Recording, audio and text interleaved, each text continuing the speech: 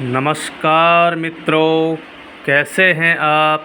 तो बने रहिए आप हमारे YouTube चैनल पर।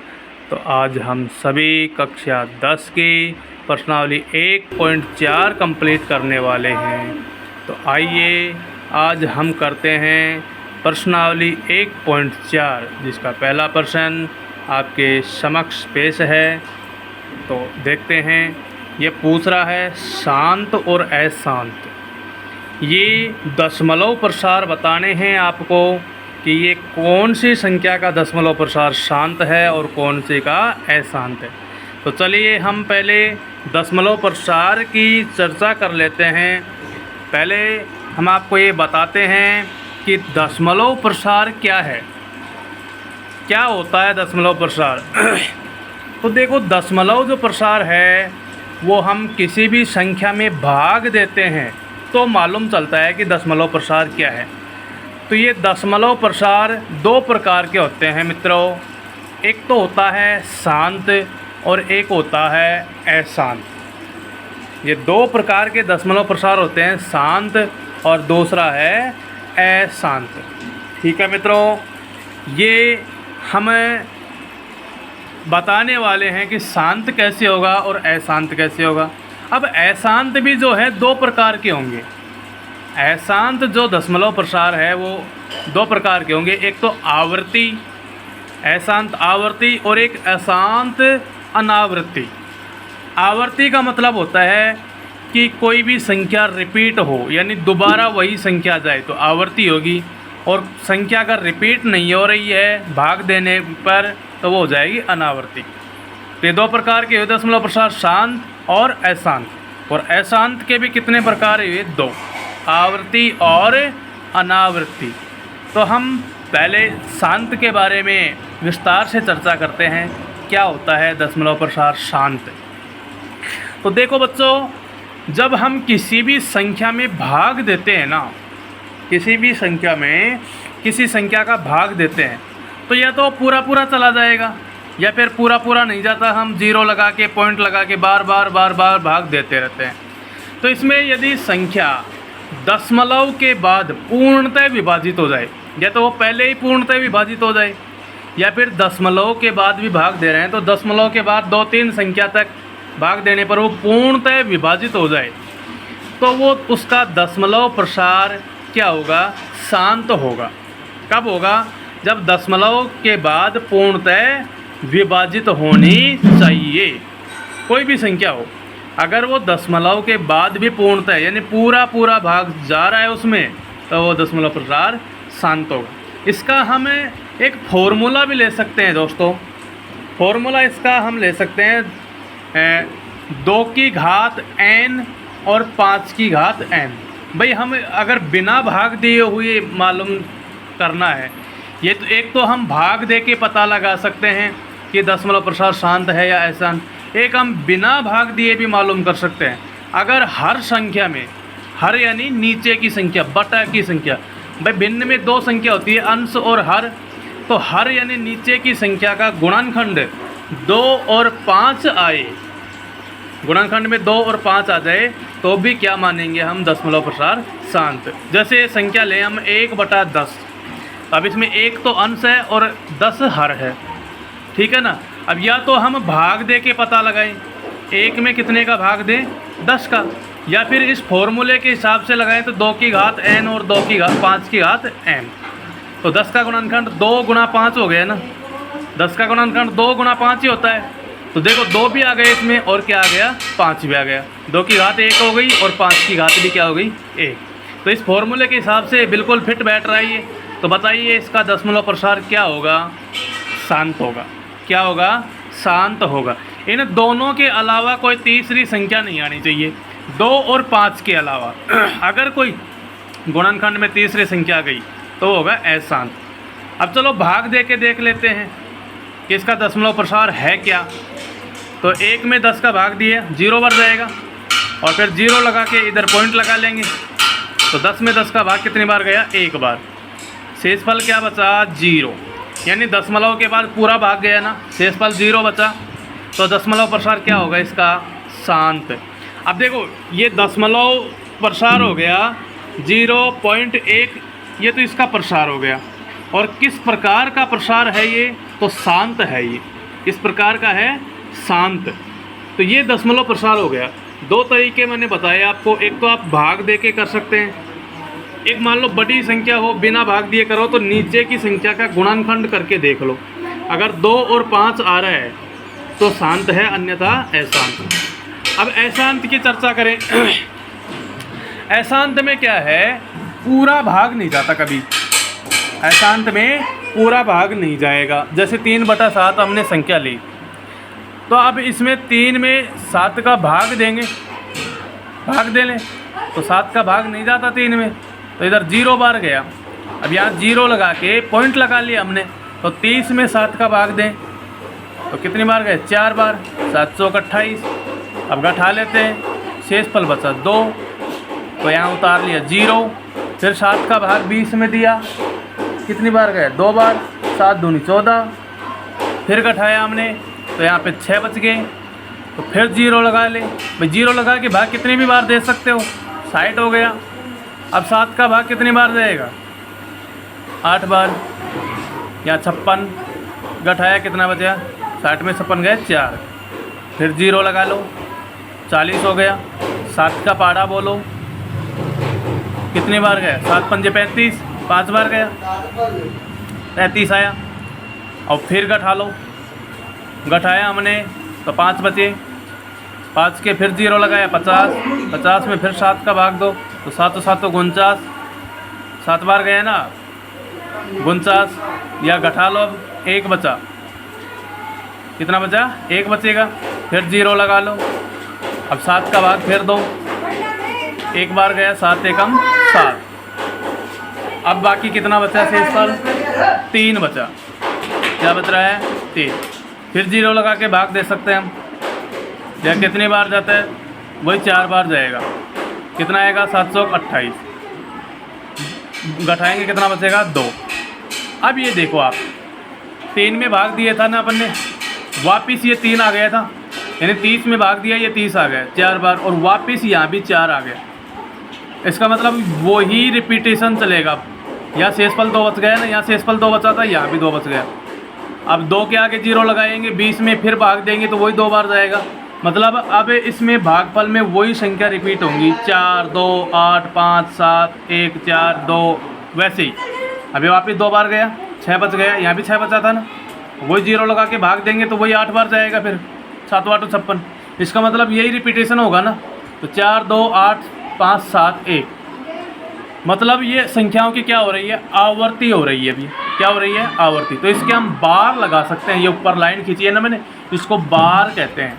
इस बार का मतलब ये होता है कि भाग देने पर आगे भी यही संख्या आएंगी, यही संख्या बार बार आएंगी क्रम से। अगर क्रम से नहीं आ रही है ना तो आवर्ती नहीं होगी, ये क्रम से आनी चाहिए। तो दशमलव प्रसार क्या होगा इसका? अशांत आवर्ती होगा। क्या होगा? अशांत आवर्ती होगा।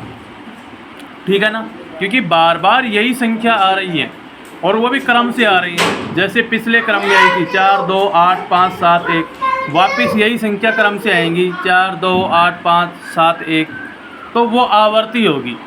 अब इसमें अगर ये संख्या रिपीट नहीं होती तो अनावर्ती होती।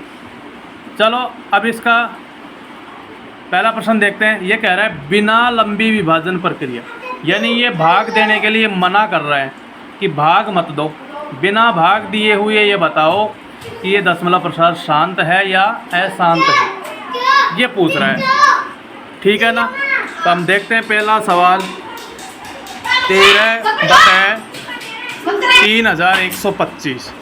अब भाग थोड़ी देना है, दो तरीके मैंने बताए थे। एक तो भाग दे के कर सकते हो, एक इस फॉर्मूले के हिसाब से 2 की घात n और 5 की घात m। भाग देने के लिए तो मना कर रहा है ये कि बिना लंबी विभाजन प्रक्रिया के करो, तो हम इस फॉर्मूले के हिसाब से करते हैं। यानी 3125 का गुणनखंड कर लो आप। उस गुणनखंड में अगर 2 और 5 आ रहे हैं तो दशमलव प्रसार शांत हो जाएगा। तो इसके गुणनखंड करते हैं। 3125 के इकाई अंक क्या है इसमें? 5 है ना इकाई अंक, तो कितने का भाग जाएगा? 5 का ही जाएगा, क्योंकि इकाई अंक 5 है तो 5 का। कितनी बार गए? 6 बार। 2 बार, 5 बार, ठीक है ना। भाग देना तो आप सभी को आता ही होगा। फिर इकाई अंक 5 है तो फिर 5 का दे लो, तो 625 में 5 का भाग 125 बार चला जाएगा, ठीक है ना।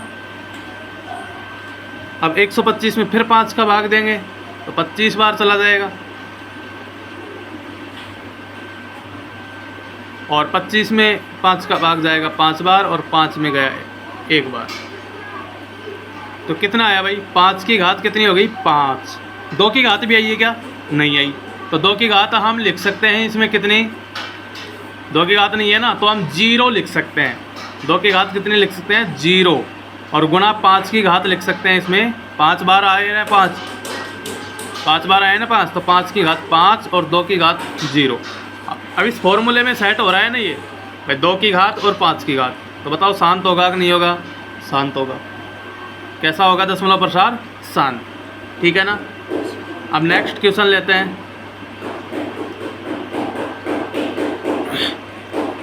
17/8, 17/8, यही फॉर्मूला अपनाएंगे भाई। 17 तो यू क्यों आ जाएगा, 8 का गुणनखंड करो। हमेशा आपको नीचे की संख्या के गुणनखंड करना है। 8 का गुणनखंड क्या होगा, 2 गुणा 2 गुणा 2, 2 दूनी 4, 4 दूनी 8।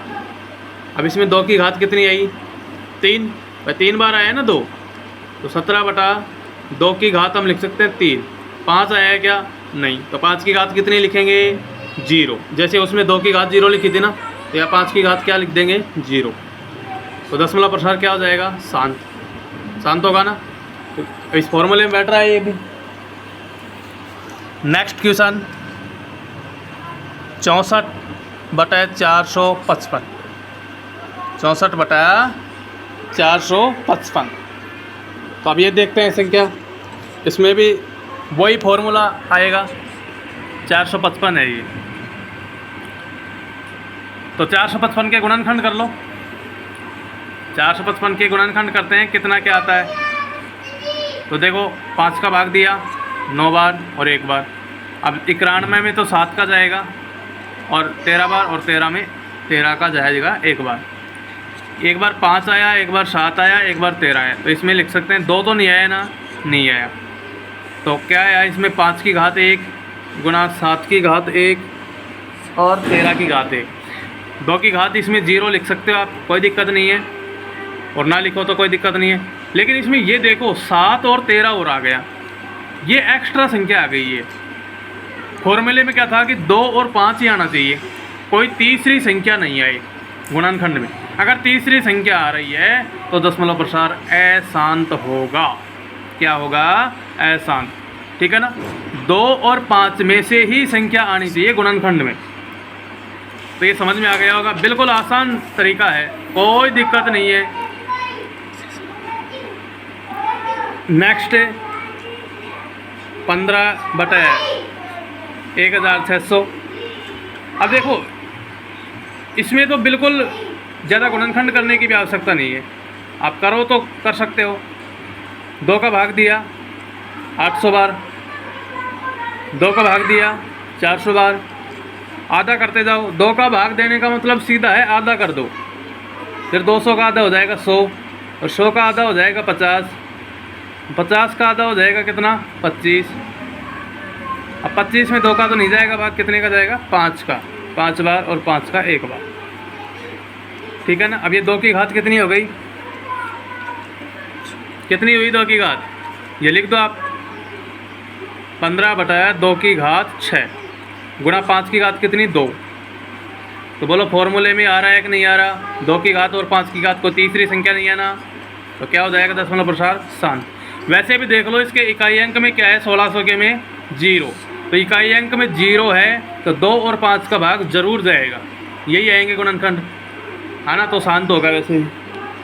नेक्स्ट 29/343, 29/343। अब इसमें देखिए 343 के गुणनखंड करने हैं।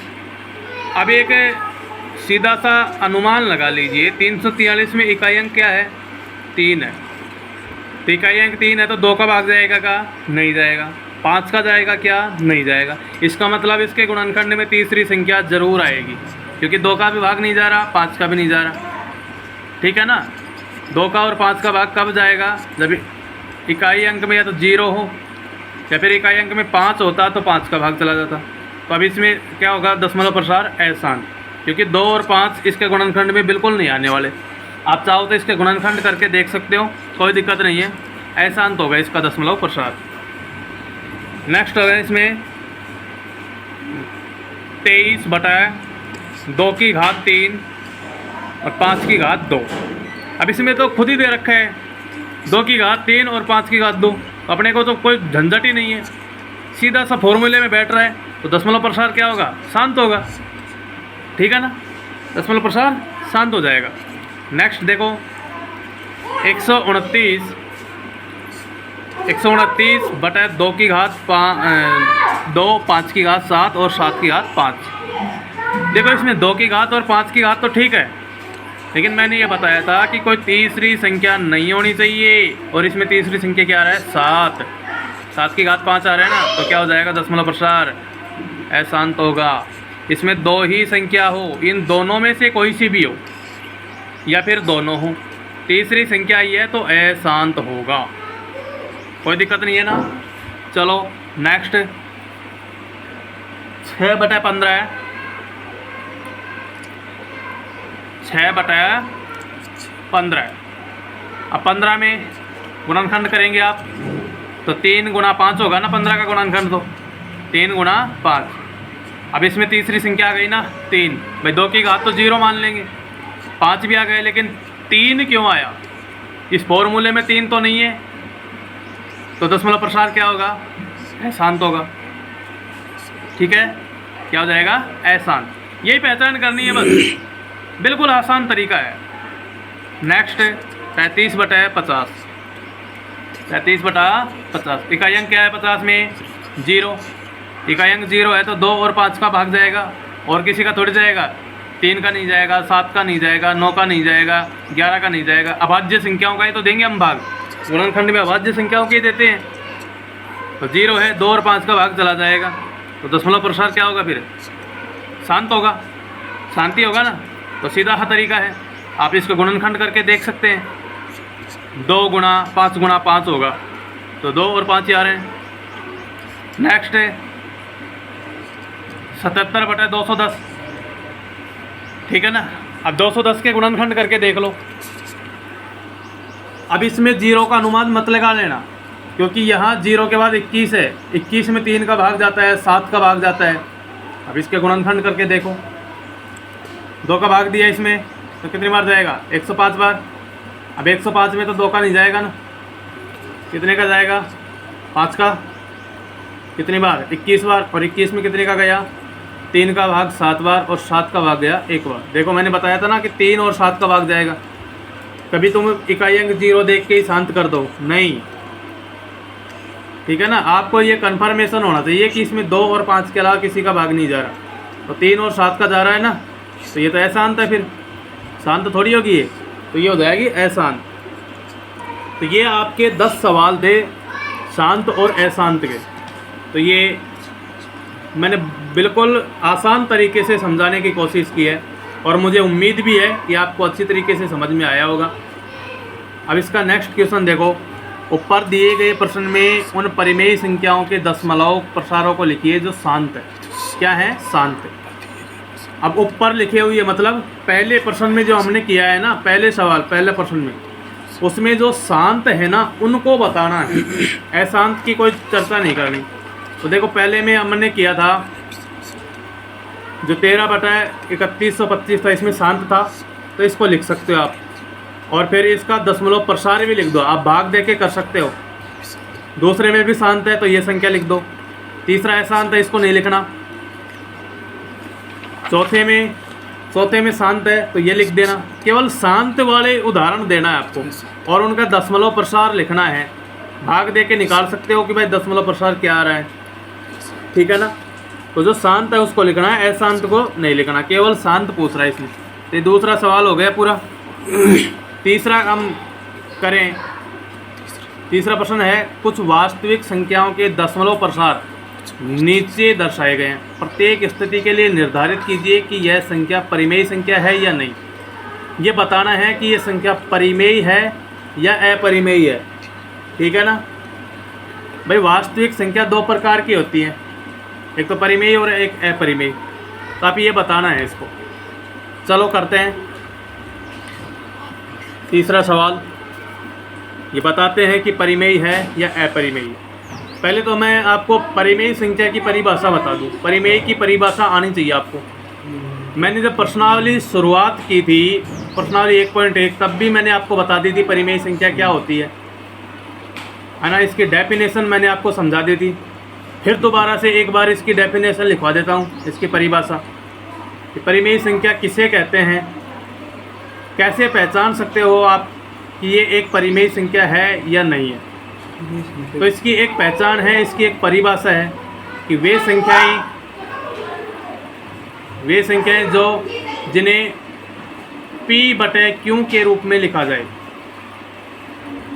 वे संख्या जिन्हें P/Q के रूप में लिखा जा सके,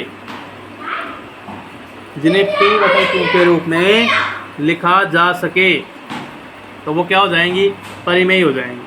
यानी कोई भी संख्या P/Q, यानी उनको हम बटा में भी लिख सकते हैं, भिन्न में, जहाँ Q का मान क्या नहीं होना चाहिए, 0। Q मतलब नीचे की संख्या में 0 नहीं आना चाहिए, ऊपर की में आ जाए चलेगा। और P व Q दोनों पूर्णांक हों। पूर्णांक का मतलब आप जानते हो ना, प्लस और माइनस दोनों प्रकार की संख्याएं आए तो वो पूर्णांक संख्या होंगी। माइनस की भी आ सकती हैं और प्लस की भी आ सकती है। दोनों संख्याएं पूर्णांक हो और P व Q दोनों सह अभाज्य संख्या हो। ये मैंने प्रश्नावली 1.1 में आपको बताया था, पूर्णांक, परिमेय, सह अभाज्य क्या होती है। ठीक है, ये सह अभाज्य होनी चाहिए। सह अभाज्य क्या होता है कि इन दोनों संख्याओं का गुणनखंड 1 होना चाहिए। ये परिमेय संख्या की परिभाषा हो गई कि P/Q के रूप में लिखें, Q का मान 0 नहीं हो, P और Q दोनों पूर्णांक और क्या होने चाहिए, सहअभाज्य। सहअभाज्य का मतलब P और Q का दोनों का गुणनखंड 1 होना चाहिए, यानी मैथ से 1 होना चाहिए, ओबेनिस्ट गुणनखंड। तो ये परिभाषा हो गई आपकी। एक हम जब दशमलव प्रसार की बात कर रहे हैं तो ये भी लिख लो, जिनका दशमलव प्रसार क्या हो, या तो शांत हो। दशमलव प्रसार क्या होना चाहिए, या तो शांत होना चाहिए, या फिर अशांत अगर है तो वो आवर्ती होना चाहिए। अशांत आवर्ती हो तो भी हम उनको परिमेय संख्या मान सकते हैं भैया। तो दशमलव प्रसार शांत हो या अशांत में आवर्ती हो। अनावर्ती है तो फिर अपरिमेय हो जाएगी। चलिए अब हम करते हैं तीसरा सवाल। तीसरे का पहला देखते हैं। तो ये है 43.1 2 3 4 5 6 7 8 9। इसको बताना है कि ये दशमलव प्रसार कैसा है। पहले तो दशमलव प्रसार चेक करो, उसके बाद आपको परिमेय और अपरिमेय की पहचान करनी है। देखिए इसमें मैंने बताया कि अशांत आवर्ती हो या फिर शांत हो तो ही परिमेय संख्या होगी। अब इसमें 1 2 3 4 5 6 7 8 9 क्रम से दे रखा है ना भाग, आगे भाग नहीं दे रखा। इसका मतलब पुनः यही संख्या आ सकती है। इसमें संख्याओं के रिपीट हो सकती है, यानी आवर्ती हो सकती है। तो ये क्या हो जाएगी, अशांत। अशांत तो है, शांत तो नहीं है, अशांत आवर्ती हो सकती है। तो फिर परिमेय होगी क्या, परिमेय परिमेय होगी, सीधी सी बात है। अब परिमेय है तो इसमें अब गुणनखंड की बात करेंगे। गुणनखंड पूछ रहा है तो गुणनखंड में ये तो 2 आएगा या 5 आएगा, या फिर इनमें दोनों संख्या भी आ सकती है, 2 और 5। ठीक है, तो ये इस प्रकार से हम परिमेय और अपरिमेय की पहचान कर सकते हैं।